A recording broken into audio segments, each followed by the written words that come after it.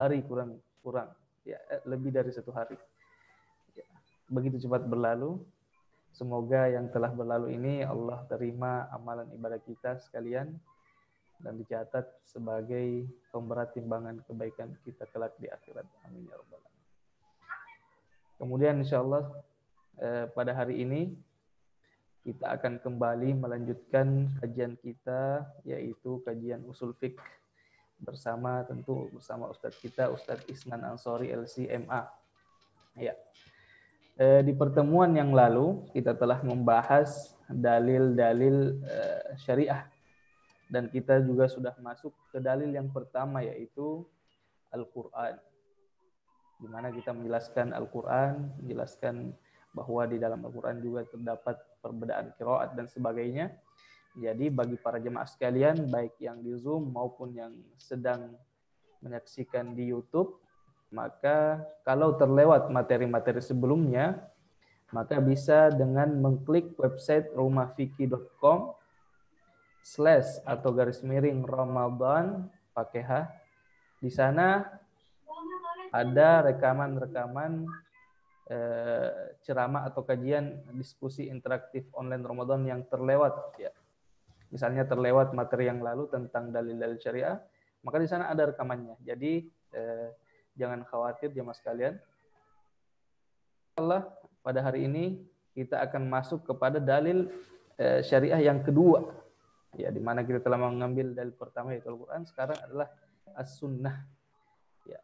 Untuk efisiensi waktu, maka insya Allah saya sebagai host tentu langsung menyerahkan kepada narasumber kita, kepada Ustadz Isnan Ansori LCMAG. Fal yatafaddal mashkura wa ma'jura. Tafadhal. Baik, jazakallah khairan Salukman ala hadhil fursah. Bismillahirrahmanirrahim. Alhamdulillahi wassalatu wassalamu ala Rasulillah wa ala alihi wa sahbihi wa man tabi'ahu bi ihsanin ila yaumil qiyamah. Amma ba'd. Wahaikum bi tahiyatul Islam. Assalamualaikum warahmatullahi wabarakatuh. Waalaikumsalam. Jemaah yang dimuliakan Allah Subhanahu wa taala dan teman-teman dari Rumah Fikih Indonesia yang dimuliakan Allah. Alhamdulillah pada kesempatan di sore hari ini kita kembali bisa bersuah dalam pengajian virtual kita melalui aplikasi Zoom dan juga didukung oleh media sosial lainnya. Dan kita insya Allah pada kesempatan ini bersama dengan saya akan melanjutkan kajian tentang ilmu usul fikih, dan kita memasuki sesi yang kelima ya Salman ya. Betul ya? Nah, sesi yang kelima ini terkait dengan masalah dalil sunnah. Ya. Jadi kita akan melanjutkan pembahasan dari bab yang kedua di antara 4 bab ilmu usul fikih, yaitu seputar adillah syar'iyah atau dalil-dalil syariah, di mana dalil syariah yang kedua dan termasuk dalil yang disepakati oleh para ulama ya secara umum disepakati, walaupun nanti tentu detailnya ada perbedaan-perbedaan, tapi secara umum disepakati yaitu dalil sunnah. Nah, terkait dengan pembahasan dalil sunnah ini, sebagaimana juga seperti yang sudah kita bahas ya terkait dengan dalil Al-Quran, tentu ketika sunnah kita kaji dalam perspektif usul fikih, ini tidak semuanya kita bahas ya. Karena ilmu yang terkait dengan sunnah sendiri sebenarnya sudah disusun oleh para ulama. Ada disiplin ilmu yang khusus ya di dalam masalah sunnah Nabi SAW yang kita kenal dengan nama ilmu ulumul hadis ya, atau populer juga dengan nama ilmu mustalahul hadis. Nah, jadi artinya secara umum pembahasan detail terkait dengan setiap seluk-beluk tentang sunnah ini ada ilmunya tersendiri, yaitu ilmu hadis ya. Tapi ketika sunnah itu juga menjadi dasar yang utama di dalam ajaran Islam, dan di antara ajaran Islam itu adalah terkait dengan masalah fikih, terkait dengan masalah af'alul mukallafin, ya perbuatan-perbuatan mukallaf, maka otomatis ya sunnah juga dikaji dalam ilmu usul fikih yang menjadi fondasi dari ilmu fikih. Tapi tentunya tidak semuanya dibahas ya, namun terkait dengan bagaimana proses istinbat ahkam atau bagaimana proses penggalian hukum-hukum syariat dari sunnah-sunnah Nabi Shallallahu Alaihi Wasallam saja yang dibahas. Apakah terkait dengan validasinya, kemudian juga terkait dengan metode di dalam memahami sunnah Nabi itu untuk menjadi apa istilahnya, menjadi produk fikih yang bisa kita terapkan gitu ya. Nah, ini usul fikih membahas hanya dalam wilayah itu. Tapi kalau Bapak Ibu jamaah ingin membahas lebih detail lagi tentang masalah hadis Nabi SAW, ya tentunya ada ilmu tersendiri namanya ilmu hadis. Nah, makanya sebenarnya Lukman, pada dasarnya sih setiap ilmu dalam Islam itu bersifat integratif ya. Artinya ada titik temunya antara satu ilmu dengan ilmu yang lain. Tapi tentu masing-masing di antara ilmu ini nanti ada wilayahnya sendiri-sendiri gitu ya, tergantung keahlian para ulama yang nanti juga berbeda di dalam ilmu syariah. Makanya kalau dalam ilmu usul fikih, ya orang yang ahli dalam usul fikih kan disebut dengan usuli. Dan seorang yang menjadi usuli atau ahli dalam usul fikih mau nggak mau pasti akan memahami dan membahas sunnah sebagai dalil gitu ya. Tapi kalau nanti secara khusus ingin membahas segala detail masalah ilmu hadis, ya ada sendiri istilahnya. Apakah disebut dengan muhaddits misalnya, atau disebut dengan hafidz yang hafal sejumlah hadis misalnya. Nah, itu ada istilah-istilah sendiri. Nah, ini sebagai mukadimah untuk kita bisa mencari titik temu dan titik perbedaan ya antara ilmu usul fikih dan ilmu hadis terkait dengan objek yang sama, yaitu sunnah Nabi Shallallahu Alaihi Wasallam. Baik, terkait dengan pembahasan dalil sunnah ini, kita tidak membahas juga proses di dalam penggalian hukum syariat, karena nanti proses penggalian hukum syariat dari sunnah ada pembahasannya tersendiri dalam bab yang ketiga, yaitu istinbatul ahkam. Tapi kita akan membahas sunnah dan seluk-beluknya atau hal-hal yang terkait dengan sunnah untuk memahami apa itu sunnah dalam konteks ilmu usul fikih. Ya, tapi kalau proses penggaliannya nanti ada babnya tersendiri. Namun di sini kita akan memahami sunnahnya dulu ya dalam perspektif usul fikih. Seperti misalnya kalau yang sebelumnya kita bahas Al-Quran adalah apa landasan sunnah itu bisa dijadikan dalil hujiyahnya ya. Kemudian sunnah sendiri sebagai dalil itu apa sih definisinya? Karena rupanya sunnah juga kita kenal dalam ilmu fikih. Ada istilah hukum sunnah gitu kan. Kemudian nanti dalam ilmu akidah ada juga istilah ahlus sunnah. Nah, ini sebenarnya apakah istilah yang sama atau sebenarnya sama nama beda makna gitu. Nah, usul fikih mendefinisikannya secara apa? Kemudian nanti klasifikasi sunnah itu sendiri, lalu nanti saya tambahkan dengan referensi-referensi dari kitab-kitab sunnah atau kitab-kitab hadis yang bisa kita rujuk untuk menggali hukum-hukum syariat dari sunnah Nabi SAW. Ya, kalau referensi Al-Quran kan sederhana ya, Al-Quran kita baca dan kita tambahkan kemarin ada tafsir ayat ahkam gitu kan. Tapi kalau untuk sunnah ini bagaimana bentuk referensinya juga perlu diketahui bagi jamaah sekalian. Baik, ini secara umum ya teman-teman pembahasan tentang dalil sunnah. Dan seperti biasa saya akan meminta bantuan kepada PowerPoint ya. Nanti saya share terlebih dahulu ininya PowerPoint-nya.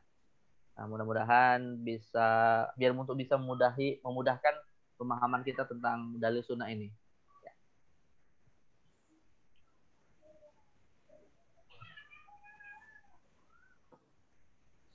Nah, sudah tampil? Iya, Zat. Sudah ya?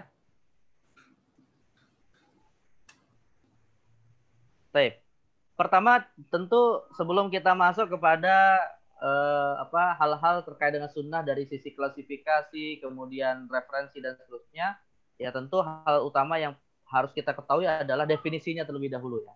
Jadi sunnah itu apa sih gitu? Karena ya tak kenal maka tak tahu. Kata sayang, tak kenal maka nggak tahu gitu. Jadi kita kenalan dulu dengan sunnah Nabi dan secara khusus apa sih yang dimaksud dengan sunnah dalam ilmu usul fikih ya. Nah ini definisi sunnah ya, seperti yang tadi saya katakan bahwa sunnah ini di dalam beragam ilmu syariat memiliki definisi yang berbeda tergantung ilmu apa yang mendefinisikan. Nah maka kita akan tambahkan juga bukan hanya sunnah dalam ilmu usul fikih, tapi juga sunnah dalam ilmu yang lain agar kemudian kita bisa membedakan dan bisa menggunakan istilah sunnah secara proporsional. Bisa menggunakan istilah sunnah pada tempatnya masing-masing. Jadi jangan sampai kita menggunakan istilah sunnah tapi bukan pada tempatnya. Nah ini yang nanti akan menjadi misinterpretasi atau menjadi mispemahaman terhadap sunnah itu sendiri yang tentunya akan juga berdampak kepada sikap yang keliru. Ya. Nah, jadi istilah sunnah ini paling tidak sebelum masuk kepada definisinya dalam ilmu-ilmu yang berbeda, kita akan pahami dulu secara bahasa. Jadi sunnah itu secara bahasa didefinisikan oleh para ahli bahasa Arab dengan beragam makna, diantaranya, tapi maknanya tentunya adalah sama sebenarnya ya, secara umum. Ada yang mendefinisikannya dengan manasiroh, perjalanan hidup, atau torikoh, suatu jalan yang diikuti, ya, at-tariqatul muttaba'ah, istilahnya begitu, jalan yang diikuti. Nah, dalam konteks jalan yang diikuti ini atau sunnah dalam arti tradisi yang diikuti tentu memiliki dua kemungkinan makna, bisa maknanya positif, bisa maknanya negatif. Dan istilah sunnah secara bahasa dengan makna positif dan negatif ini juga digunakan oleh Rasulullah Shallallahu Alaihi Wasallam. Ya, makanya kalau kita menyebut istilah sunnah ini jangan sembarangan juga memaknainya, karena bisa jadi maknanya malah negatif. Ya, misalnya begini, saya ingin mengamalkan sunnah. Nah, sunnah yang dimaksud sunnah apa?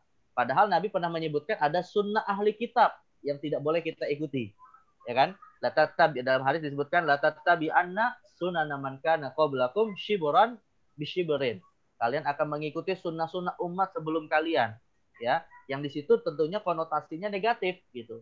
Dan bahkan kemudian Nabi menyampaikan walau dakhalu fi hujri dhabbin la dakhaltumuh. Kalaupun seandainya mereka itu sampai masuk ke lubang biawak sekalipun kalian akan mengikutinya.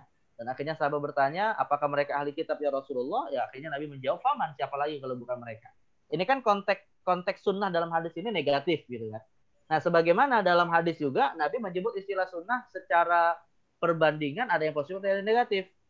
Kalau yang positif disebut dengan sunnah hasanah, kalau yang negatif disebut dengan sunnah sayyi'ah. Nah, ini sekali lagi makna sunnah secara bahasa. Jadi sunnah itu intinya sesuatu yang diikuti. Bisa sesuatu itu adalah buruk, bisa sesuatu yang baik. Nah, ini dari sisi bahasa. Baik, sedangkan kalau secara istilah atau dalam terminologi ilmu tertentu, maka paling tidak yang populer istilah sunnah didefinisikan dalam 3 kelompok ilmu. Ya. 1 ilmu akidah, 2 ilmu fikih, dan ketiga sekaligus keempat sebenarnya, tapi ini definisinya sama, didefinisikan secara sama dalam ilmu hadis dan usul fikih. Nah, tentu kita ketika membahas sunnah ya dalam perspektif usul fikih, nah di sini harus kita fokus gitu. Jadi jangan kaitkan dengan sunnah dalam ilmu fikih atau sunnah dalam ilmu ilmu hadis. Ya. Nah, ini maaf ada kesalahan komputer ini kayaknya.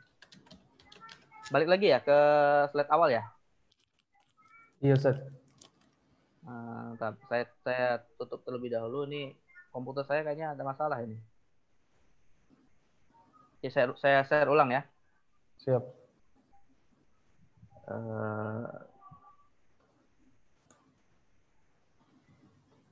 Kayaknya masih ada masalah ini. Masih belum bisa digerakkan. Ada jin yang gerak ini.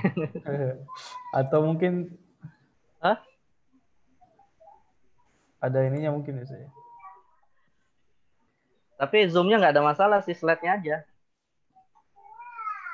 Ya udah, dari saya yang menampilkan. Ayo coba antum sudah saya kirim ya filenya ya. Iya. Coba antum yang share.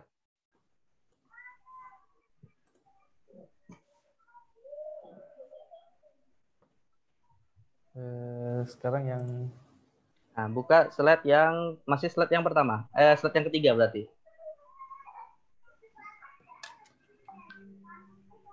Dibuka slide-nya. Maksudnya dipresentasikan sudah. Bisa? Antum buka. Iya. Udah kelihatan nggak Ustaz? Sudah tampil. Tapi dipresentasikan.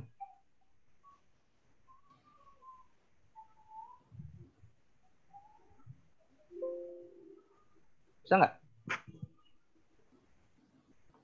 Kalau di saya udah tampil, Ustaz. Oh, saya malah belum. Oh, gitu ya. Gimana ini caranya? Maksudnya bukan di ini, apa istilahnya itu? Iya, itu maksud saya. Sudah? Ini udah, Ustaz. Ya. Sudah ya? Iya. Tapi layar saya nggak seperti itu. Ya udah, kita lanjut aja. Jadi definisi sunnah ya, ini bisa kita pahami paling tidak dalam 3 ilmu untuk bisa membedakan 3 istilah ini ya. Nah, itu ada masukan itu, ada chat Ustaz Lukman. Diklik dulu enable-nya di atas, enable editing. Oh iya, tunggu. Nah, itu biar antum bisa ini. Nah, itu. Oke. Oke. Nah, itu maksudnya. Betul. Itu baru nge-share aja tadi. Nah, ini ya. Jadi ilmu yang pertama ilmu akidah. Nah, kalau ilmu akidah didefinisikan oleh para ulama, langsung bisa dibuka sambil saya jelaskan. Ya, jadi dalam ilmu akidah yang namanya sunnah itu didefinisikan sebagai at-thariqatul mustaqim al-mahmudah, jalan yang lurus atau terpuji. Atau bisa kita katakan ya sunnah itu Islam itu sendiri gitu. Misalnya sebagai satu contoh dalam tafsir para ulama ya di dalam surat Al-Fatihah ihdinas siratal mustaqim itu ada sebagian tafsir mengatakan yang dimaksud dengan as-siratal mustaqim adalah as-sunnah gitu. Nah, kalau kita kemudian memaknai istilah sunnah dalam ilmu akidah dengan makna ini, nah berikutlah barulah kita mengenal istilah ahlus sunnah, yaitu jalan yang memang itu merupakan jalan hak yang dibawa oleh Rasulullah SAW dan para sahabat yang didefinisikan dalam hadis perpecahan umat itu kan. Nah, jadi lawan dari ahlus sunnah adalah ahlul bid'ah. Tapi ingat ya, ini definisi sunnah dalam ilmu akidah gitu. Jadi jangan kita katakan misalnya yang kunut bukan ahlus sunnah, yang tidak yang kunut bukan ahlus sunnah, yang tidak kunut ahlus sunnah. Nah, ini salah menempatkan istilah gitu ya. Nah, karena kalau masalah kunut itu kan bukan masalah akidah gitu. Jadi sekali lagi kalau masalah akidah baru istilah sunnah ini kita sebut dengan istilah ahlus sunnah. Atau dalam istilah yang lebih singkat sunni biasanya, lawan dari Syiah, Mu'tazilah, Khawarij dan seterusnya yang dikaji dalam ilmu tentang dirasatul firaq, ya, ilmu tentang perbedaan-perbedaan kelompok-kelompok akidah gitu. Nah, jadi tapi ini tidak kita bahas secara khusus dalam ilmu ushul fikih ya, karena ini kajiannya adalah ilmu akidah. Nah, sedangkan yang kedua ilmu fikih. Nah, kalau dalam ilmu fikih seperti yang sudah kita bahas sebelumnya ada istilah hukum mandub ya. Ini sinonim lain dari istilah mandub adalah sunnah yang didefinisikan dalam ilmu fikih sebagai mayusabu fa'iluhu wa la yu'aqabu tarikuhu. Perbuatan yang dilakukan berpahala ditinggalkan tidak berdosa. Nah, ini dalam istilah ilmu fikih sunnah merupakan salah satu dari 5 hukum syariat. Jadi kalau ditanya apa lawan sunnah dalam ilmu fikih, ya lawannya adalah wajib, haram, makruh, dan mubah. Bukan bid'ah saya. Bukan bid'ah. Nah, ini lain lagi. Kalau bid'ah yang pertama tadi ya. Kalau sunnah lawannya bid'ah itu ilmu akidah gitu. Tapi Ada kalau juga yang dalam mendefinisikan bahwasanya apa yang dilakukan berpahala, kalau tidak dilakukan berarti rugi gitu. Ya, itu semacam kerugian dalam konteks meninggalkan sesuatu yang memang mestinya kita juga untuk menambah pahala gitu kan. Artinya ya intinya rugi ini konteksnya secara etika ya, bukan dosa dan pahala. Karena kita bicara taklif di sini kan. Kalau ilmu fikih kan mendefinisikan sunnah sebagai hukum taklifi yang ada konsekuensi pahala dan dosa. Masalah kerugian yang lain ya ini atau istilah lainnya gini, kalau sifatnya rugi itu semacam kita ingin membedakan antara istilah istilah warok misalnya ya, istilah warok dengan istilah fatwa. Misalnya kita contohkan pernah Imam Ahmad bin Hambal itu ditanya ya tentang hukum memakai pakaian yang terkena kotoran tanah. Ya, Imam Ahmad menjawab itu tidak najis, boleh dipakai untuk sholat gitu kan. Tapi kemudian suatu hari Imam Ahmad pernah memakai pakaian yang terkena kotoran tanah, kemudian sebelum berangkat ke masjid dia ganti dengan pakaian yang lebih bersih. Ditanya oleh murid-muridnya, bukankah Anda memfatwakan pakaian ini tetap suci untuk dipakai sholat gitu kan? Akhirnya Imam Ahmad mengatakan zakal fatwa wa hadzal wara'. Nah, kalau dulu yang aku sampaikan itu fatwa gitu. Jadi fatwa itu ya halal, haram, wajib, makruh, sunnah, mubah gitu. Tapi kalau kita bicara wara', kalau kita bicara etika, kalau kita bicara nilai-nilai akhlak, nah bisa jadi kita akan bicara orang yang meninggalkan sunnah tercela. Nah gitu. Atau orang yang meninggalkan sunnah dalam arti perbuatan yang jika ditinggalkan tidak berdosa tapi tetap merugi. Nah ini kita bicaranya nanti ilmu akhlak ini, kita bicaranya ilmu tazkiyatun nafas gitu ya, atau ilmu suluk. Nah ini lain lagi nih Ustaz Lukman. Jadi sunnah sederhananya definisinya seperti itu.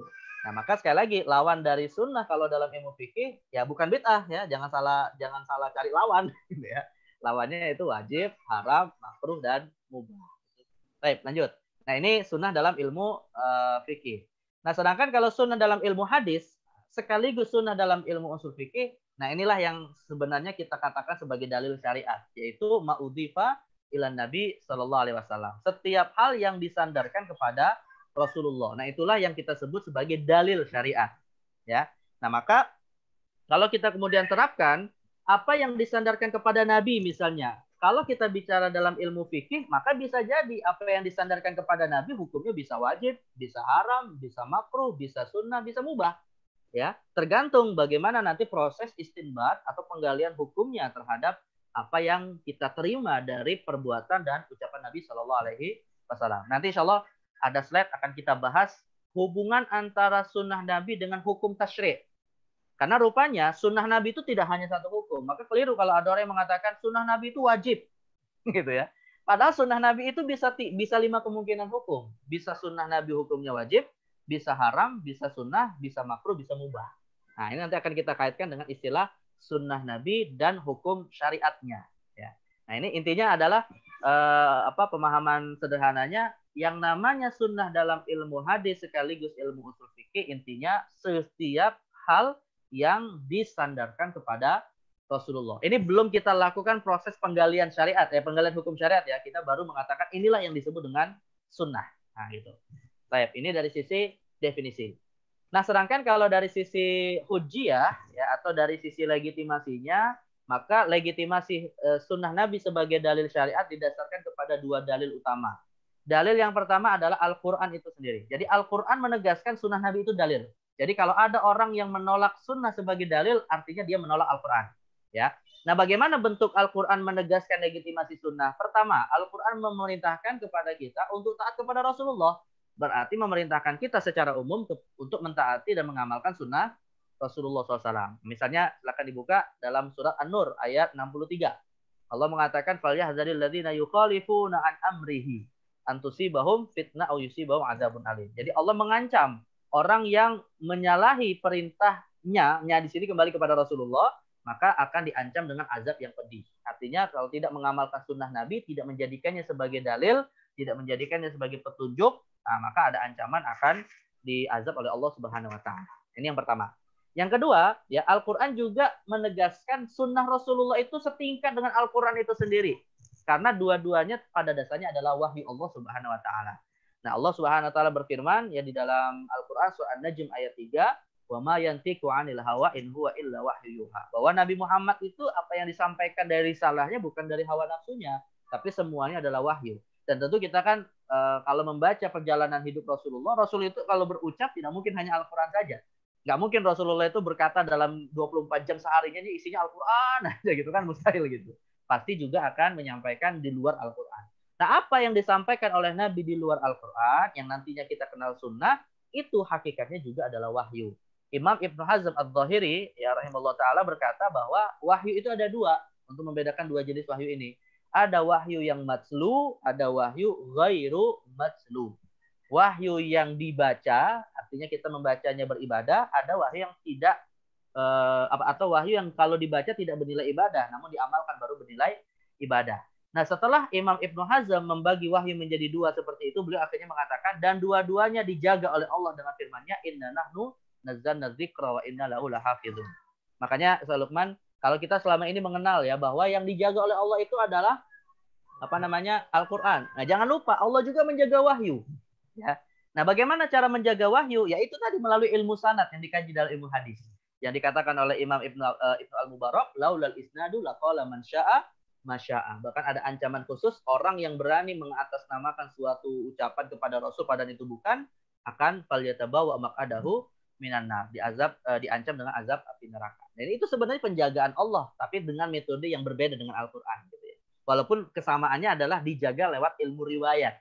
Karena Al-Qur'an itu diriwayatkan, ilmu hadis juga diriwayatkan. Nah, ini jadi termasuk legitimasi Al-Qur'an dengan pola seperti ini. Kemudian yang ketiga, Al-Quran juga melegitimasi sunnah Nabi sebagai dalil karena pada dasarnya sunnah Nabi adalah penjelas yang otoritatif untuk menjelaskan kandungan Al-Quran. Kalau ketika kita bicara tentang Al-Quran kan Allah mengatakan untuk menghukumi sesuatu bima arakallah, dengan apa yang Allah pandang. Nah, di sini ya bukan hanya dengan apa yang Allah pandang, tapi juga Allah memerintahkan Nabi Muhammad untuk litubayyina linnas. Jadi wa anzalna ilaika dzikra. Kami turunkan kepada engkau wahai Muhammad az-dzikra, maksudnya Al-Qur'an. Kemudian ditugaskan untuk apa? Litubayyina linnas, untuk dijelaskan kandungannya. Makanya sunnah Nabi pada dasarnya adalah penjelas Al-Quran. Jadi kalau kita misalnya mau mengamalkan Al-Quran, lalu tidak mendapatkan penjelasan utuh tentang bagaimana cara mengamalkannya, ya kembalinya kepada sunnah dulu, gitu, sebagai penjelas yang otoritatif. Nah ini sekali lagi poin ketiga ini juga salah satu bentuk legitimasi Al-Quran terhadap sunnah Nabi Shallallahu Alaihi Wasallam. Dan yang kedua adalah selain Al-Quran juga berdasarkan ijma ulama. Jadi semua ulama umat Islam bersepakat bahwa yang namanya sunnah adalah dalil. Dan mengingkari ijma tentunya bisa sampai divonis keluar dari Islam. Ya. Nah, bagaimana bentuk ijma'nya? Pertama, jadi ijma ulama bersepakat Rasulullah itu maksum. Rasulullah itu terjaga dari mengkhianati amanah. Makanya di antara sifat Rasulullah adalah tabligh, menyampaikan segala hal yang memang beliau terima dari Allah Subhanahu wa taala. Maka semua sunnah Nabi itu pun bagian dari keterjagaan Rasulullah untuk tidak mengkhianati ilmu yang Allah sampaikan kepada Rasulullah Shallallahu Alaihi Wasallam. Nah, akhirnya ilmunya beliau ini diwujudkan dalam bentuk sunnah. Dan itu semua ulama sepakat. Maka kalau ada yang mengatakan bahwa sunnah Nabi tidak bisa diamalkan, berarti seakan kita menuduh bahwa Rasulullah telah menyembunyikan ilmu. Dan itu tentu tuduhan yang bisa membuat seseorang divonis keluar dari ajaran Islam. Nah, ini yang pertama. Dan yang kedua, ulama juga bersepakat bahwa ya, sama seperti penjelasan Al-Quran, ya secara doruri di sini maksudnya bukan darurat dalam makna seperti kita hari ini menghadapi wabah ya, bukan. Tapi secara doruri itu maksudnya ya secara aksiomatis kesepakatan yang pasti tidak akan ditolak bahwa Al-Quran bisa diamalkan menggunakan standar operasional yang datang dari mana? Sunnah Nabi Shallallahu Alaihi Wasallam. Maknanya sederhananya begini, kalau ada seorang muslim ingin mengamalkan Al-Quran tanpa sunnah, kesimpulannya mustahil, gitu ya. Nah, itu kesimpulannya. Karena mustahil seseorang bisa mengamalkan Al-Quran kalau tidak menggunakan sunnah Nabi Shallallahu Alaihi Wasallam. Nah itu juga atas dasar kesepakatan atau ijma ulama. Nah inilah dasar-dasar legitimasi kenapa sunnah Nabi bisa dipakai atau bukan bisa ya wajib dipakai sebagai dalil syariat. Baik, ini dari sisi definisi dan dasar hujjiyahnya. Ya. Nah kemudian berikutnya, Lukman, terkait dengan klasifikasi. Sebelum masuk kepada klasifikasi ya. Ini sebagai tambahan juga, apa sih sebenarnya perbedaan dan persamaan antara sunnah dan hadis? Karena kita juga sering mengenal istilah hadis ya. Nah ini sebenarnya antara istilah sunnah, istilah hadis itu ada titik persamaan dan ada titik perbedaan. Nah kalau dari sisi perbedaannya, ya silakan dilanjutkan. Kalau yang namanya sunnah, pasti ya senantiasa disandarkan kepada Rasulullah Shallallahu Alaihi Wasallam. Jadi konotasinya kalau kita mengenal istilah sunnah ya pasti konotasinya kepada siapa? Rasulullah SAW. Tapi kalau istilah hadis, ini penyandarannya tidak selalu kepada Rasulullah. Maka bisa kita simpulkan setiap sunnah adalah hadis, tapi tidak setiap hadis adalah sunnah. Nah, bagaimana bentuknya? Nah, buka lagi silakan. Jadi kalau yang namanya hadis, itu penyandarannya bisa kepada 4. Ya, hadis disandarkan kepada Allah, namanya hadis qudsi. Hadis disandarkan kepada Rasulullah, namanya hadis marfu'. Ya, hadis disandarkan kepada sahabat namanya hadis mauquf, sedangkan hadis disandarkan kepada tabi'in namanya hadis maqtu'. Nah, jadi dari 4 jenis hadis ini, maka yang disebut sunnah adalah hadis marfu'. Ya, istilah lain untuk menyebut sunnah adalah hadis marfu'. Makanya kalau kita baca kitab hadis ya, kadang para ulama ada yang mengatakan was-sahih raf'uhu misalnya, atau was-sahih waqfuhu misalnya. Jadi yang sahih adalah marfu', yang sahih adalah mauquf. Nah, ini bisa kita simpulkan maksudnya apa? Yang sahih adalah marfu' berarti adalah sunnah Rasulullah. Tapi kalau yang sahih adalah mauquf berarti itu adalah hadis sahabat. Yang nanti kalau dalam ilmu ushul fikih ada satu istilah sendiri yaitu atau satu dalil sendiri namanya disebut mazhab sahabat. Nah, itu ini perbedaan antara hadis dan sunnah yang pertama. Yang kedua, ya.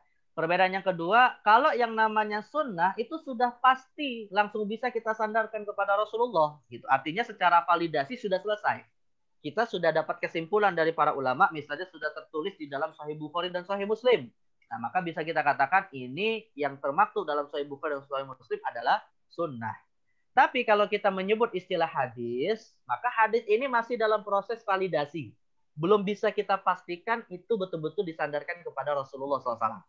Ya, nah, ini perbedaan antara, makanya nggak ada istilah nanti kita kenal misalnya kalau hadis itu kan ada hadis dhaif, tapi kan nggak ada istilah sunnah dhaifah itu nggak ada gitu ya. Ya kalau sunnah pasti sahih gitu, masih disandarkan kepada Nabi SAW gitu. Tapi kalau hadis masih ada kemungkinan dia belum bisa disandarkan disandarkan proses validasinya yang mungkin tidak valid misalnya. Nah, maka lanjut ya, kalau untuk hadis bisa kita klasifikasikan lagi. Ya, kalau sunnah kan sudah selesai nih, disandarkan kepada Nabi. Tapi kalau hadis, maka bisa kita klasifikasikan, ini kajiannya ilmu hadis lebih dalam, ya, bisa dibedakan berdasarkan proses transmisi, bisa dibedakan berdasarkan kualitas derajat hadisnya yang disandarkan kepada Rasul.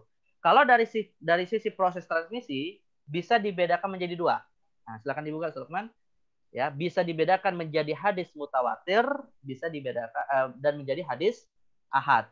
Nah, nanti mutawatir ada lagi pembagiannya, ada mutawatir maknawi, ada mutawatir lafzi, ya. Kemudian kalau mutawatir intinya adalah hadis yang secara validasi sudah betul-betul mustahil itu diragukan penyandarannya kepada Rasul. Ya, seperti kita membahas tentang istilah mutawatir dalam masalah Al-Qur'an. Kalau hadis ahad, nah ini periwayatannya 1-2 orang ya. Artinya masih mungkin bisa saja dia tidak diterima secara mutlak gitu. Nah, kalau hadis ahad nanti ada lagi membedakannya menjadi 3. Ada hadis ahad ahad masyhur, ada ahad gharib, ada ahad aziz. Nah, ini ilmu hadis lah ini kajiannya ya. Nah, sedangkan kalau kualitas derajatnya ya maka hadis ini bisa dibedakan menjadi 3. Ada hadis sahih, ada hadis hasan, ada hadis dhaif. Nanti sahih dibagi lagi jadi 2. Ada sahih li dzatihi, sahih li ghairihi, hasan li dzatihi, hasan dibagi 2 juga. Hasan li dzatihi, hasan li ghairihi. Nanti hadis dhaif juga ada 2. Ada hadis dhaif karena matan, ada dhaif karena sanad, ya kan? Nanti dari sisi matan misalnya seperti hadis maudhu, hadis matruk. Kalau dari sisi matan seperti hadis mursal, hadis mu'dhal, hadis munqati. Nah, ini macam-macam lah. Makanya saya nggak membahas dalam ilmu ushul fikih. Ini kajian ilmu hadis gitu ya. Tapi intinya untuk menyimpulkan bahwa hadis ini berbeda dengan sunnah karena masih dalam proses validasi, masih dalam proses penelitian riwayatnya sah atau tidak disandarkan kepada Rasulullah SAW. Kalau sudah final sah pada Rasul, baru kita sebut dengan istilah sunnah. Ya. Nah, ini perbedaannya. Baik, kemudian setelah kita mengenal perbedaan antara sunnah dan hadis, nah sekarang kita kembali kepada istilah sunnah. Sunnah sendiri nanti dibedakan oleh para ulama menjadi 2. Ada sunnah qauliyah, ada sunnah fi'liyah. Ya, ada sunnah terkait dengan sabda Nabi, ada sunnah terkait dengan perbuatan Nabi. Kalau sunnah qauliyah ada 3 kemungkinan di dalam kajian usul fikih kalau kita bicara tasyri'nya ya atau penetapan hukum syariatnya. Jadi di sini kita sudah masuk nih Ustaz Lukman, bukan hanya klasifikasi tapi bagaimana kesimpulan hukum yang dilahirkan dalam proses penggalian istinbat ahkam dari sunnah Nabi. Maka ya ini tentunya kita melewati istinbat sebenarnya, langsung kepada kesimpulan. Maka kalau kita mendapati ada sabda Rasulullah, ada ucapan Rasulullah, akan ada 3 kemungkinan. Ucapan itu berwujud amr, perintah, atau berwujud nahi, larangan, atau berwujud tahyir, pilihan. Kalau perintah, silakan buka lanjut. Kalau perintah, maka akan ada 3 kemungkinan hukum syariat. Ada kemungkinan wajib, sunnah, atau mubah. Maka hati-hati nih, kalau kita membaca hadis Nabi, jangan langsung kita simpulkan, oh sabda ini menunjukkan hukumnya wajib. Nah, belum tentu. Gitu ya. Karena ada kemungkinan kepada hukum sunnah atau mubah. Nah, saya langsung kasih contoh nih. Ya, contohnya misalnya begini. Yang hukum wajib misalnya ya, Rasulullah mewajibkan sahabat yang buang angin. Idza fasa ahadukum fi sholati falyansorih. Kalau di antara kalian buang angin, maka hendaknya membatalkan sholat. Ya. Perintah membatalkan sholat, kata para ulama, hukumnya adalah wajib. Karena memang buang angin membatalkan sholat. Lalu diperintahkan wal yatawaddo wal yu'idda sholat. Lalu kemudian mengulangi wudhunya. Nah, ini perintah di sini hukumnya wajib. Ya. Perintah membatalkan sholat dan mengulangi wudhu setelah buang angin hukumnya adalah wajib. Ya. Nah, sedangkan kalau perintah yang hukumnya sunnah, misalnya hadis Nabi terkait dengan masalah siwak, ya, laula an asyqa ala ummati la amartuhum bisiwak inda au ma'akul wudu. Kalau Allah tidak menyulitkan umat, akan aku perintahkan mereka bersiwak setiap kali hendak berwudu. Tapi para ulama sepakat atau kebanyakan ulama berpendapat selain mazhab tauhid tentunya bahwa bersiwak itu hukumnya adalah sunnah, padahal perintah juga. Nah, begitu juga ada perintah yang hukumnya mubah, ya, boleh dilakukan boleh tidak gitu ya. Nah, ini misalnya seperti perintah yang didahului dengan larangan. Nanti kita bicara nasi mansu sebenarnya di sini. Rasul mengatakan kutu nahaitukum an luhumil adhahi fawqa salas liyatasiyadu tauli ala man la taula lahu fakulu. Dulu aku melarang kalian untuk menyimpan daging kurban lebih dari 3 hari agar bisa didistribusikan kepada orang yang membutuhkan. Tapi saat ini kata Nabi SAW fakulu. Nah, Lukman, kalau fakulu itu dalam ilmu bahasa Arab dia fi'il apa? Fi'il amr. Fil amar. Kalau fil amar kan hakikatnya dia perintah. Dan yang namanya perintah adalah hukum asalnya kan wajib gitu kan. Tapi ada kaidah di dalam usul fikih bahwa al-amru ba'dan nahi yaqtadil ibahah. Perintah yang muncul setelah larangan, kesimpulan hukumnya adalah mubah. Nah, berarti menyimpan daging kurban lebih dari 3 hari itu bukan sunnah, bukan wajib, tapi hukumnya adalah mubah. Nah, bahkan mau disimpan tahun ini, dimakan tahun depan, ya silakan. Kalau belum basi, nggak apa-apa. Jadi nggak ada larangan dan tidak ada perintah juga. Artinya tidak ada keharaman, tidak ada kewajiban. Nah, hukumnya mubah. Baik, ini semuanya 3 bentuk atau 3 contoh hadis ini semuanya wujudnya perintah, tapi kesimpulan hukumnya bisa berbeda. Ya. Baik, kemudian larangan. Nah, kalau untuk larangan, ini pilihan hukumnya ada 2 kemungkinan. Bisa haram, bisa makruh. Jadi Nabi SAW kalau melarang itu ya ada kemungkinan hukum haram atau kemungkinan hukum makruh. Misalnya kalau hukum haram ya, contohnya adalah Rasulullah melarang umat Islam untuk melamar seorang wanita yang masih dalam ikatan lamaran orang lain. Ya, layak tubuh ba'dukum ala khidbati akhihi. Janganlah kalian melamar seorang wanita yang masih terikat lamaran dengan seseorang. Artinya belum menikah tapi sudah dilamar gitu kan. Maka orang lain yang ketiga tidak boleh. Nah, ini larangan ini layak tubuh ini kan larangan nih.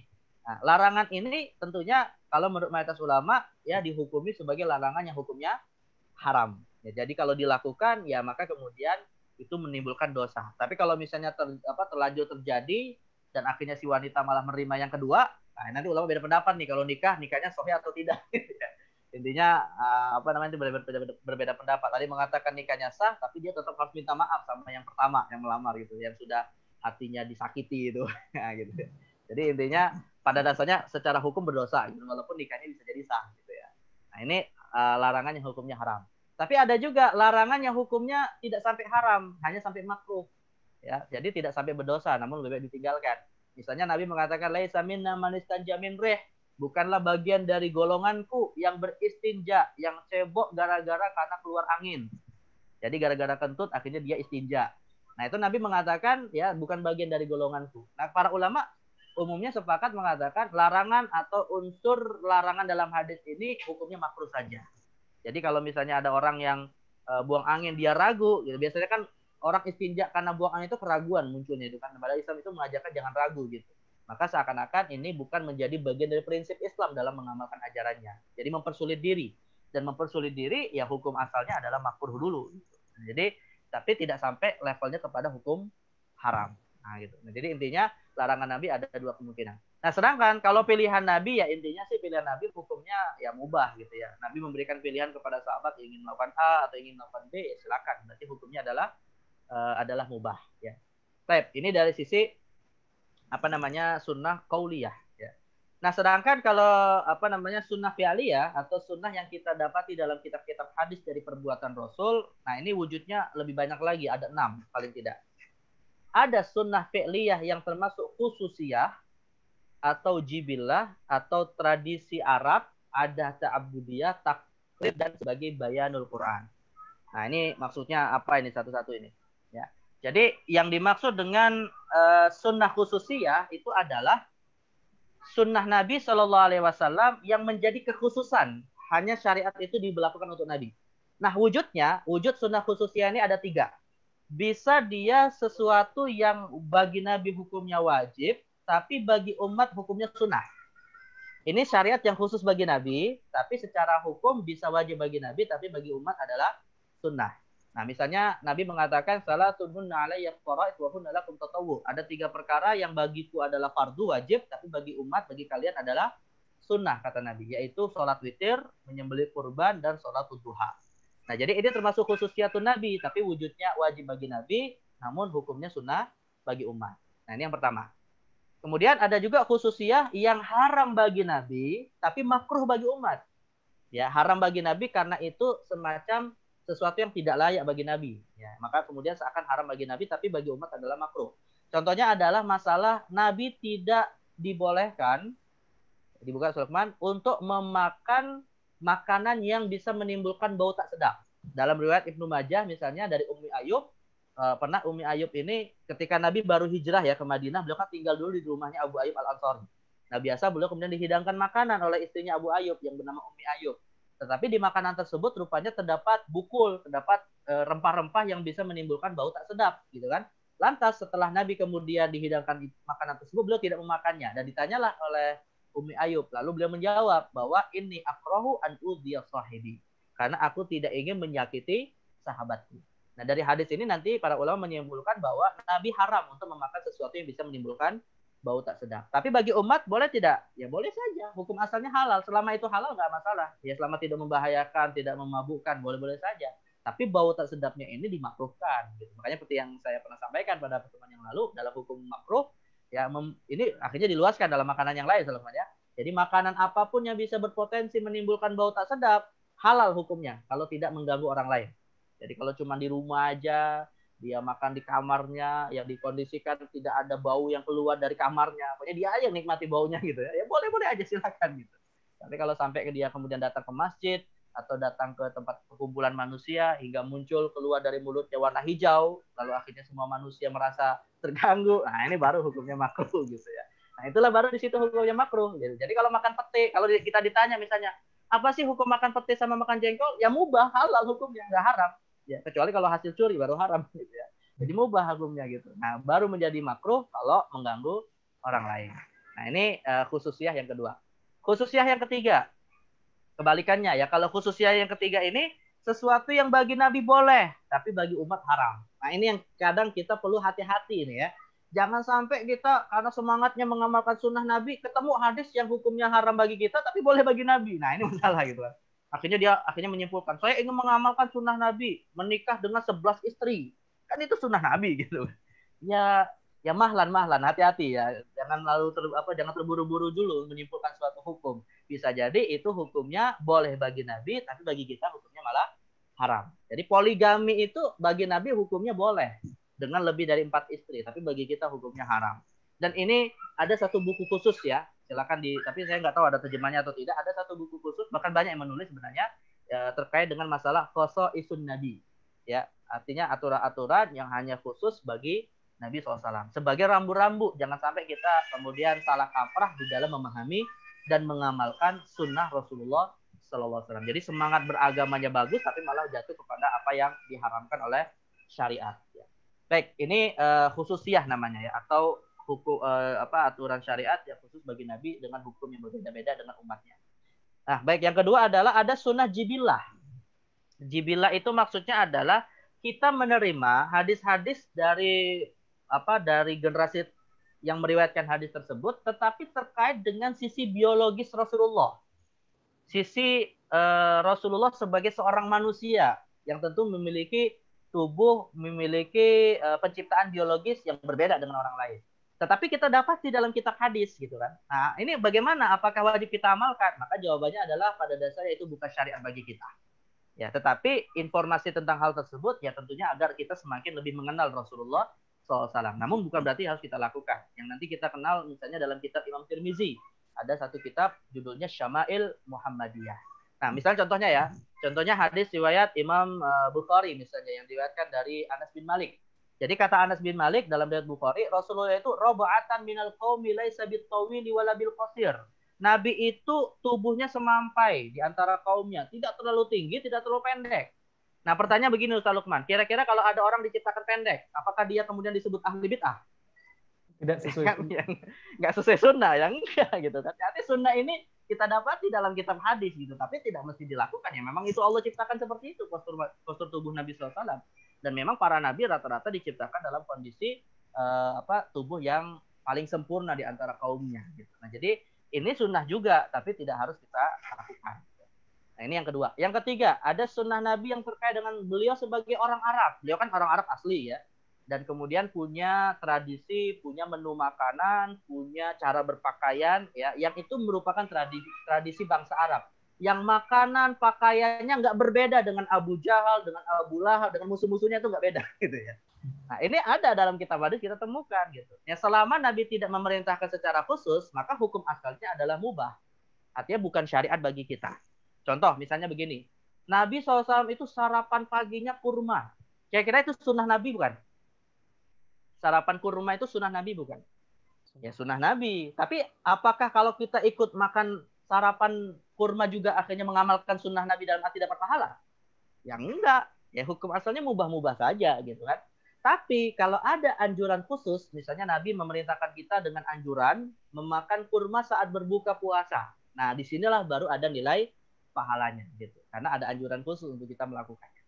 Jadi kalau kita misalnya menemukan dalam hadis kok tidak ada anjuran khusus, tapi itu terkait dengan tradisi Rasulullah sebagai bangsa Arab, ya pada dasarnya itu tidak sampai dihukumi sebagai sesuatu yang harus kita lakukan dengan hukum sunnah atau hukum wajib.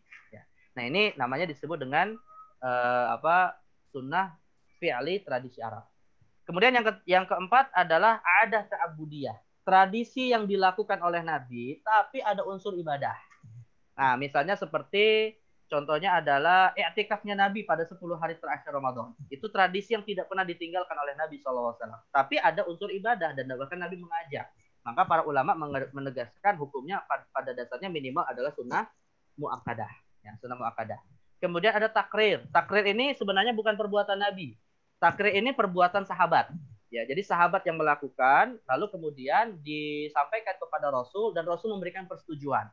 Misalnya seperti perbuatan Amr bin As yang pernah tidak mandi junub saat beliau berjanabah, tapi malah tayamum, ya kan?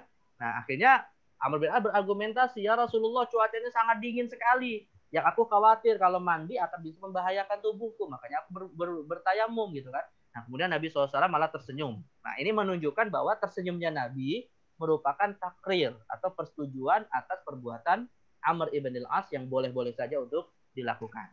Nah, ini namanya takrir. Hukumnya pada dasarnya mubah. Kemudian ada juga sunnah Nabi yang terkait dengan fi'li, tapi fungsinya sebagai bayanul Quran. Bayanul Quran itu maksudnya sunnah Nabi sebagai penjelas kandungan Al-Quran. Ya, perbuatan Nabi sebagai penjelas kandungan Al-Quran. Nah, bayanun Nabi atas Al-Quran atau penjelas sunnah Nabi sebagai penjelas Al-Quran ini ada 3 bentuk. Ada bayan taukid, ada bayan tafsir, dan nanti yang ketiga ada bayan tasyri'. Kalau bayan taukid itu adalah sunnah Nabi menegaskan apa yang sudah ada dalam Al-Quran. Misalnya di dalam Al-Quran Allah mengatakan aqimus sholata wa atuz zakah. Ada perintah kita sholat dan zakat. Tapi kemudian ditegaskan oleh sunnah Nabi, bunyal Islam ala khamsin. Islam dibangun dari 5 perkara. Di antaranya adalah mendirikan sholat dan menunaikan zakat. Nah, jadi ini sebenarnya dengan konteks atau dengan teks yang mirip, ya, tapi juga kesimpulan hukum yang tidak bertambah dan berkurang. Namanya disebut dengan bayanut taukid. Ya. Tapi ada bayanut tafsir. Sunnah Nabi berfungsi menafsirkan. Nah, menafsirkannya ini bisa dalam 3 bentuk, paling tidak umumnya. Bisa tafsirul mujmal, merinci apa yang global. Misalnya Al-Quran mengatakan aqimus shalah, dirikanlah sholat. Itu kan global. Rinciannya bagaimana kita temukan? Ya silakan baca sunnah-sunnah Rasul terkait dengan praktek sholat.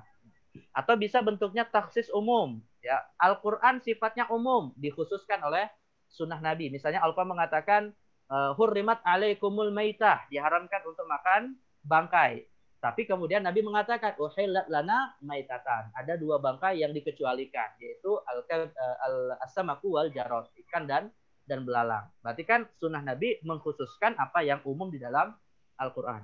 Atau taqyidul mutlak. Ya, sunnah Nabi membatasi apa yang mutlak.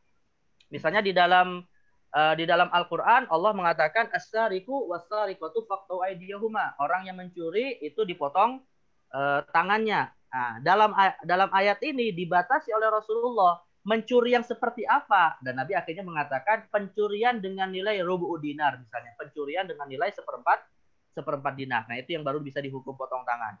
Begitu juga dengan tangannya, batasan tangan yang dipotong sampai mana? Tangan itu kan dari ujung kuku sampai lengan nih, ya kan? Nah, Nabi kemudian menjelaskan maksudnya sampai al-kaf, sampai pergelangan tangan. Jadi membatasi apa yang mutlak di dalam Al-Quran. Nah, ini fungsi dari fi'lin Nabi dan sekaligus juga fungsi dari qaulin Nabi, ya, termasuk fungsi dari sabda Nabi yang di atas. Nah, sabda Nabi. Jadi sabda Nabi dan perbuatan Nabi dua-duanya punya fungsi untuk melakukan tafsir atas ayat Al-Quran. Jadi Al-Quran ditafsirkan oleh sunnah Nabi SAW. Nanti kalau dalam ilmu tafsir ada kaidahnya namanya disebut dengan tafsir bil maksur. Al-Quran ditafsirkan oleh sunnah Nabi SAW.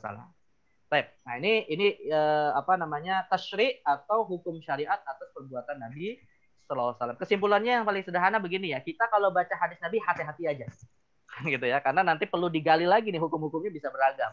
Dan tentunya proses penggaliannya dikembalikan kepada apa yang dilakukan oleh para mujtahid melalui kaidah-kaidah di dalam menyimpulkan hukum syariat dalam Al-Quran dan juga dalam hadis Nabi Shallallahu Alaihi Wasallam. Tambahan sebagai penutup, teman-teman, ini saya ingin menjelaskan konstruksi hadis yang ada dalam kitab hadis ya, sekaligus jenis-jenis kitab hadis. Jadi ini mudah ya, ini saya ambil contoh dari Sahih Bukhari. Nah, di dalam Sahih Bukhari itu kan ada ya, atau dalam hadis itu kan ada istilah sanad, ada istilah matan ya. Ya kalau yang sering atau yang sudah mendalami ilmu hadis, insya Allah nggak ada masalah dengan ini ya. Tapi bagi yang masih awam biasanya agak bingung. Ini maksudnya apa nih? Akhbarona, hadatsana gitu. Atau dari si fulan kepada fulan, dari si fulan kepada fulan. Nah itu maksudnya apa gitu. Nah itu periwayatan dari yang menulis hadis sampai ke Rasulullah itu namanya disebut apa? Sanad. Ya, sanad yang pertama adalah sahabat. Ya, sanad terakhir adalah yang menyusun kitab hadis, misalnya Imam Bukhari, Imam Muslim dan seterusnya. Nah, isi hadisnya, misalnya Nabi mengatakan inna ahadakum iza qama yusolli, nah, itu namanya disebut matan. Jadi teks hadisnya yang tadi kita sebut dengan hadis qauli atau hadis fi'li, nah itu namanya disebut dengan matan. Ya, tapi proses periwayatan disebut dengan sanad. Nah, ini dari sisi konstruksi hadis. Ya. Nah, sedangkan kalau dari kitab hadisnya, contoh kitab hadis, ya. Ini sama seperti kita kalau bicara Al-Quran ada tafsir ayat ahkam. Nah ini rupanya di dalam hadis juga ada kitab hadis yang bisa kita rujuk. Dibuka, Ustaz Lukman, slide-nya. Nah, kitab hadis ini bisa kita klasifikasikan menjadi dua jenis. Ada kitab hadis yang saya sebut dengan istilah kitab hadis induk. Maksudnya adalah kitab hadis yang ada sanadnya. Jadi si penyusun kitab langsung menyebut sanadnya kepada Rasulullah. Tapi ada juga kitab hadis yang sifatnya studi analisis, tidak disebutkan sanad. Nah, ini kita harus hati-hati untuk menyebut mana kitab hadis yang diteliti periwayatannya dan mana kitab hadis yang tidak perlu lagi diteliti karena sudah diteliti oleh penulis kitab itu sendiri. Nah, kalau kitab hadis Sahih Bukhari yang tadi kita temukan sanadnya, dan disinilah yang baru harus diteliti. Ini sahih atau tidak dan seterusnya. Karena ada sanadnya. Ya. Nah, sedangkan kalau kitab hadis yang bersifat studi analisis, contohnya misalnya, silakan buka, Lukman.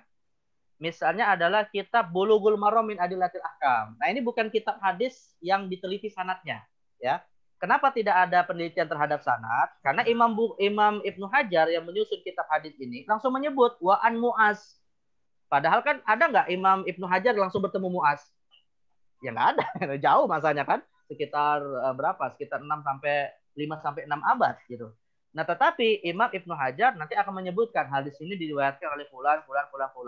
Nah, berarti ini bukan kitab hadis induk dalam arti yang punya sanad, tapi kitab hadis yang sudah langsung bisa kita nikmati untuk kita pelajari, lalu kita gali hukum-hukumnya secara mudah di dalam kitab yang disusun oleh para ulama. Misalnya kitab Bulughul Maram, berarti kitab terkait dengan hukum. Nanti mudah kita tinggal menghafalnya, tinggal mengkajinya, tidak perlu lagi diteliti sanadnya secara mendalam. Atau misalnya Riyadhus Shalihin, karangan Imam Nawawi. Nah, itu kan nggak ada sanadnya itu kan. Nah, jadi kita tinggal pelajari matanya saja. Nah, itu perbedaan antara dua jenis kitab ini. Nah, sedangkan kalau kitab hadis yang berdasarkan sanad, saya sedikit percepat, saya tutup di sini. Kalau yang berdasarkan sanad, nanti ada beberapa jenis. Ada kitab jami, lawannya kitab muwatta. Contoh jami adalah Sahih Bukhari, contoh muwatta adalah muwatta Imam Malik. Nah, ini bedanya apa antara jami dan muwatta? Jami itu atau jami dan muwatta adalah kitab hadis yang mencakup seluruh masalah. Masalah akidah, masalah ibadah, masalah akhlak, pokoknya semua masalah. Ya, tapi bedanya kalau jami hanya fokus pada hadis Nabi, kalau muwatta memasukkan di dalamnya hadis sahabat dan juga hadis tabi'in. Nah, itu bedanya di situ. Kemudian yang berikutnya ada kitab, lanjut Ustaz Lukman. Ada kitab Sunan dan Musannaf. Lihat contohnya, kalau Sunan misalnya Sunan Tirmizi, Musannaf misalnya Musannaf Ibnu Abi Syaibah. Nah, kesamaannya adalah Sunan dan Musannaf ini kitab hadis yang fokus dalam bidang hukum, dalam bidang fikih. Tapi bedanya kalau Sunan hanya membahas hadis Rasulullah, kalau Musannaf hadis Rasulullah, kemudian sahabat dan tabi'in. Nah, itu hadis kitab Musannaf. Yang masyhur misalnya Musannaf Ibnu Abi Syaibah. Jadi kalau kita ingin mengumpulkan perkataan-perkataan Abu Bakar misalnya, ya rujuklah kitab Musannaf.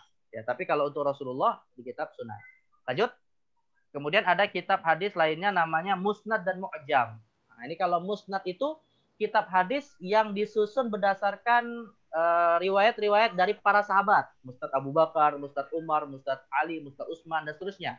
Tapi kalau Mu'jam kebalikannya, yaitu dikumpulkan berdasarkan riwayat yang diterima dari guru sang penulis kitab. Jadi misalnya Mu'jam Tobroni. Imam Tobroni punya banyak guru. ya, punya banyak guru. Nah, gurunya itu beliau kumpulkan. Saya menerima hadis dari guru fulan, guru fulan, guru fulan, guru fulan sampai ke Rasulullah. Tapi kalau musnad seperti musnad Imam Ahmad, ya beliau dari atas, dari sahabat ke bawah. Kalau mu'jam dari bawah ke atas. Nah, itu perbedaan antara dua kitab ini. Nah, ini saya tampilkan contohnya sebenarnya ya. Lanjut, Lukman. Nah, ini contoh musnad Abu Bakar As-Siddiq yang ada dalam musnad Imam Ahmad ya. Dan lanjut. Kemudian ini contoh Mu'jam Tobroni di mana beliau memulai dengan misalnya bukan mulai ya, misalnya beliau kasih contoh bab man ismu asbar ya. Hadis-hadis yang saya terima kata Imam Tobroni yang namanya adalah asbar. Nah, ini kan bukan sahabat ini di bawahnya gitu. Nah, terus sampai ke sahabat. Baik, yang terakhir adalah kitab hadis Mustadrak dan Mustakhraj. Nah, apalagi nih dia. Jadi kalau Mustadrak itu ini kita misalnya Mustadrak Imam Al-Hakim ya. Jadi Mustadrak Al-Hakim itu contoh maksudnya adalah beliau mencari hadis-hadis yang tidak diriwayatkan oleh Imam Bukhari dan Muslim, tapi berdasarkan syarat Bukhari dan Muslim. Jadi dalam kitab Mustadrak itu nggak ada hadis Sahih Bukhari Muslim, tapi berdasarkan sanad Bukhari dan Muslim. Nah, kebalikannya, kalau kitab Mustakhraj, misalnya karangan Imam Abu Nuaim Al-Asfahani, kebalikannya, hadisnya sih Sahih Bukhari dan Sahih Muslim, misalnya. Ini misalnya Mustakhraj ala Sahih Muslim ya. Dia hadisnya hadis Sahih Muslim, tapi rawinya bukan rawi Imam Muslim. Dia dicari rawi yang lain. Nah, dicari rawi yang lain dari jalur riwayat Imam Abu Nuaim Al-Asfahani. Nah, ini jadi kreativitas para ulama di dalam menyusun kitab hadis ya seperti ini gitu ya. Nah, ini jadi kita perlu mengenal juga nama-nama kitab yang punya fungsinya masing-masing. Mungkin ini sebagai penutup ya dari kajian tentang dalil sunnah. Intinya kalau kita ingin merujuk sunnah Nabi, ya inilah kitab-kitab hadis yang bisa kita rujuk untuk mempelajari sunnah-sunnah Rasulullah Shallallahu Alaihi Wasallam. Baik, mungkin kalau masih ada waktu, Sulaiman, saya persilakan kalau ingin ada diskusi tanya jawab. Ini kayaknya di chat sudah mulai ada tuh pertanyaan. Iya, Ustaz. Jazakallah khairan Ustaz atas penyampaian materinya. Masya Allah. Banyak sekali faedah yang bisa kita petik pada hari ini menjelang buka puasa. Ya, seperti biasa setelah sesi penyampaian materi, kita akan berlanjut ke sesi tanya jawab. Ya, tentu kita menjawab dua pertanyaan yang kemarin belum sempat kita jawab, Ustaz. Ya, saya bacakan pertanyaannya. Yang pertama dari Bapak Andre Setiawan. Assalamualaikum Ustaz. Di Indonesia tidak ada mufti seperti di Malaysia. Dalam satu persoalan. MUI punya pendapat, kemudian dewan-dewan fatwa lain selain MUI juga punya pendapat yang berbeda-beda. Sebagai orang awam, bagaimana sikap kita? Fadhal. Ya, ini PR ya, pertanyaan kemarin ya. Kalau dalam kajian ilmu usul fikih sebenarnya ini dibahas dalam bab yang keempat ya, tentang masalah ijtihad dan taklid atau terkait dengan masalah istifta. Kesimpulannya sederhananya begini aja. Para ulama sepakat fatwa itu ghairu mulzim, fatwa itu tidak mengikat. Artinya mau kita amalkan atau tidak itu nggak ada masalah. Selama memang ada kemungkinan fatwanya berbilang ya, lebih dari satu atau lebih dari dua pihak, lebih dari dua lembaga dan seterusnya. Sedangkan kalau qadha, nah bedanya fatwa itu ada istilah qadha. Kalau qadha itu putusan hakim, maka dia mesti harus dilaksanakan. Ya. Kemudian fatwa itu sifatnya menyeluruh, menjangkau semua yang berada di wilayah fatwa. Sedangkan kalau qadha sifatnya spesifik, hanya orang-orang tertentu yang dituju oleh hakim gitu ya. Tapi kalau dari sisi cara mengamalkan, hakikatnya fatwa itu harus kita bedakan juga. Kalau fatwanya cuma satu di suatu, dia memiliki fungsi mengikat seperti qadha. Kalau cuma satu, karena itulah satu-satunya yang bisa diikuti oleh masyarakat. Jadi walaupun fatwa itu hakikat asalnya tidak mengikat, tapi kalau dia cuma satu, wajib bagi semua masyarakat yang berada di situ untuk mengamalkan fatwa tersebut. Kalau cuma satu. Tapi karena dia sifatnya hakikatnya tidak mengikat, kalau lebih dari satu, maka ini dikembalikan kepada masyarakat boleh memilih.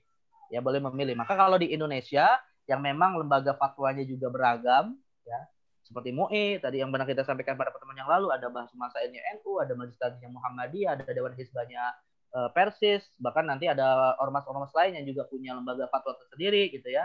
Nah, maka dalam hal ini ya hukum asalnya manapun fatwa yang kita ikuti boleh-boleh saja. Tidak harus kita mengikuti ABC dan seterusnya. Walaupun kalau ditanya mana yang paling utama, ya menurut saya mungkin yang paling utama adalah yang diambil oleh jumhur. Nah, dalam hal ini Majelis Ulama Indonesia bisa dikatakan merepresentasikan jumhur karena dia adalah lembaga yang di bawahnya terkumpul beragam ormas. Nah, jadi kalau misalnya kita ingin membandingkan ada dua fatwa berbeda antara MUI dengan Majelis Tarjih Muhammadiyah misalnya ya. Nah, kita ya silakan kalau ditanya mana yang utama untuk diikuti, menurut saya yang utama adalah Majelis Ulama Indonesia. Ya kecuali kalau kita sendiri misalnya warga Muhammadiyah ingin ikut Majelis Tarjih, ya silakan, nggak masalah gitu ya.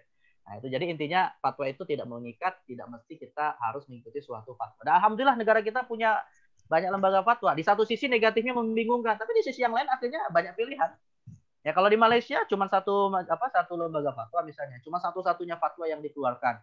Nggak ada pilihan lain. Kalau misalnya nggak bisa dilakukan gimana juga? Ya kan akhirnya terberatkan gitu. Terikat di Malaysia.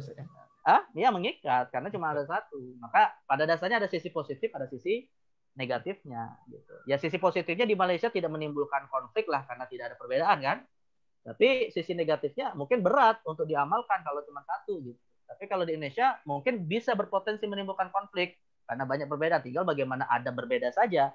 Tapi sisi positifnya kita punya banyak pilihan. Dan insya Allah semua yang memfatwakan itu kalau dari lembaga yang otoritatif ya pasti punya landasan, dasar, dan dalil yang digunakan. Ya kita nggak bisa menuduh mereka nggak punya dalil gitu kan. Nah seperti itu. Ya, wallahu a'lam. Baik, pertanyaan kedua. Namun kalau saya perhatikan agak-agak mirip dengan sebelumnya ini, Ustaz. Assalamualaikum, Ustaz. Mau bertanya, jika dalilnya sama, tetapi terkadang ada perbedaan penjelasan dari para asatid, sehingga kita sebagai orang awam jadi ragu harus mengikuti yang mana. Nah, kalau kita bicara perorangan, ini bukan lembaga fatwa ya, maka kesimpulannya secara etika, secara pilihan utama adalah kita mengambil fatwa mazhab mayoritas setempat. Itu biar tidak menimbulkan fitnah dan konflik. Karena hakikatnya ya kita tuh jangan punya pikiran begini ya, kalau bicara tentang perbedaan pendapat di antara para ulama mazhab itu jangan punya pikiran seperti orang yang mengatakan kalau ingin terkenal kencingilah air zam-zam. Gitu ya. Jangan punya konsep begitu. Jadi seakan banyak orang yang pengen ambil sikap beda gitu. Seakan kalau kita beda dengan masyarakat itu berarti kita lebih alim. Ini kan ada keangkuhan tersendiri gitu ya. Nah, itu yang kita kadang tanpa disadari ini adalah waswas syaitan yang masuk kepada diri kita. Padahal sunnahnya dari para sahabat itu seperti kata Abdullah bin Mas'ud adalah al-khilafu syarrun. Berbeda itu buruk kalau kita sedang berjamaah. Maka ambillah pendapat yang mengikuti jamaah yang mayoritas di tengah masyarakat kita. Abdullah bin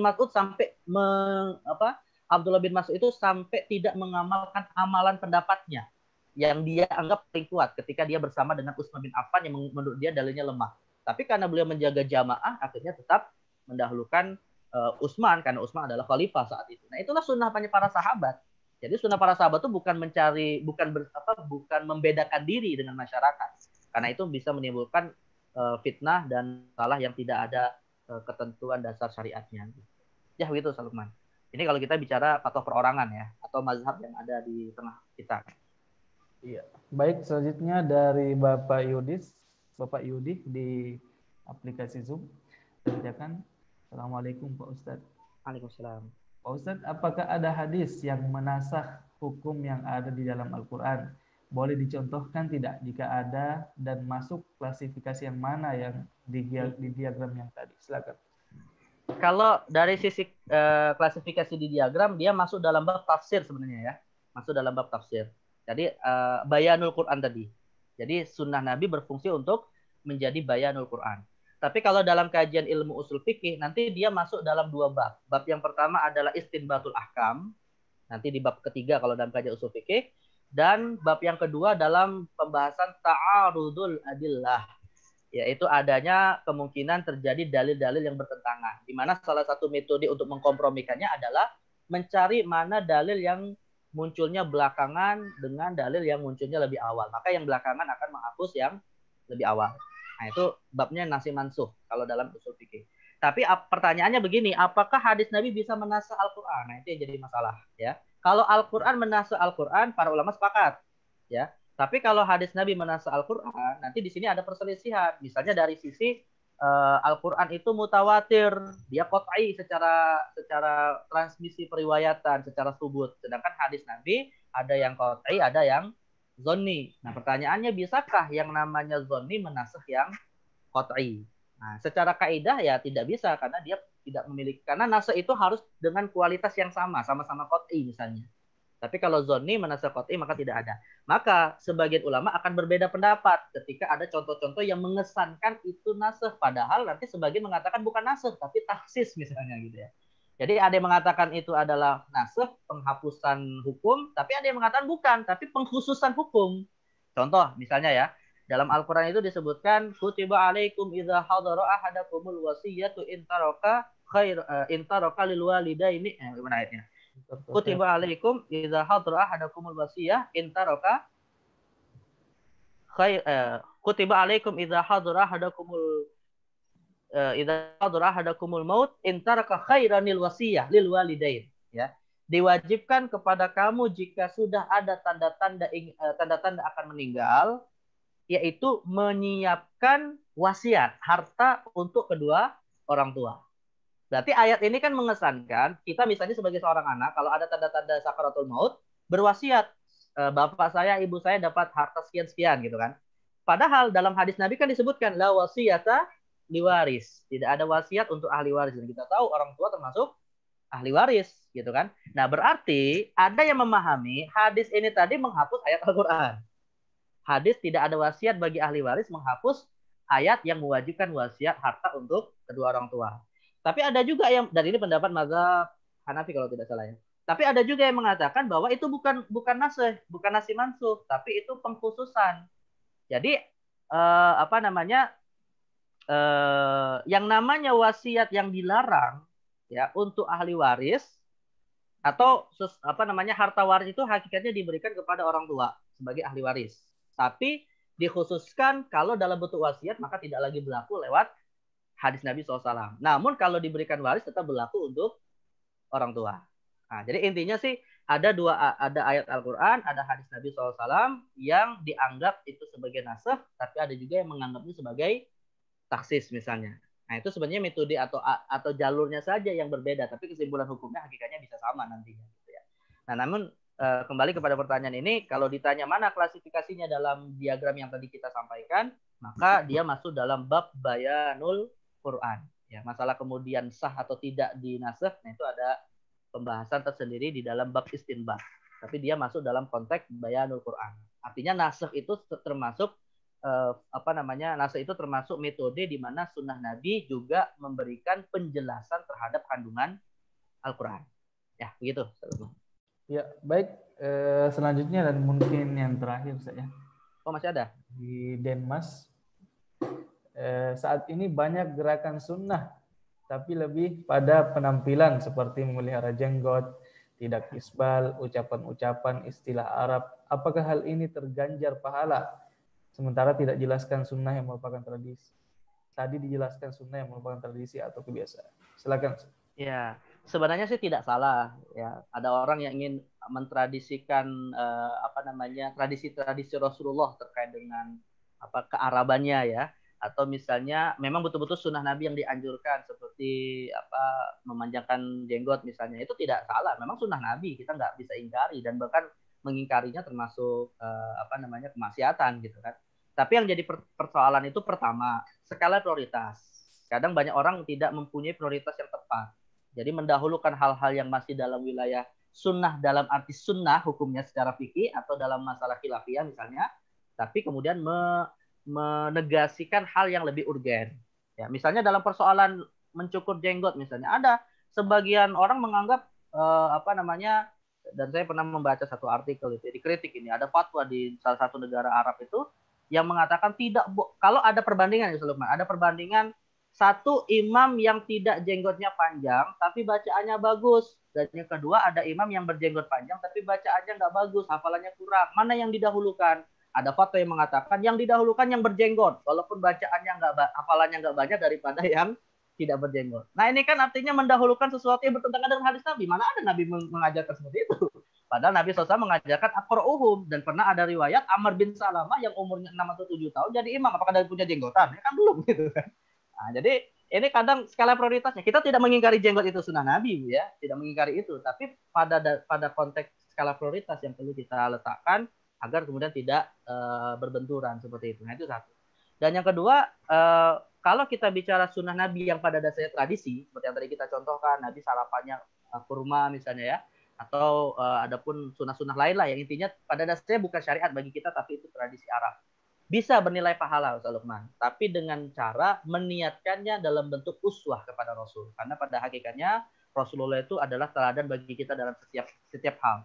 Jadi pahalanya didapatkan bukan mengamalkan sunnahnya ya, tapi didapatkan niatnya karena kita mengamalkan ayat Al-Quran, laqad kana lakum fi Rasulillahi uswatun hasanah. Makanya saya ingin sampaikan bahwa kalau ada orang yang makan kurma misalnya di pagi hari, niatkan untuk mengamalkan sunnah Rasulullah. Di situ dia dapat pahala.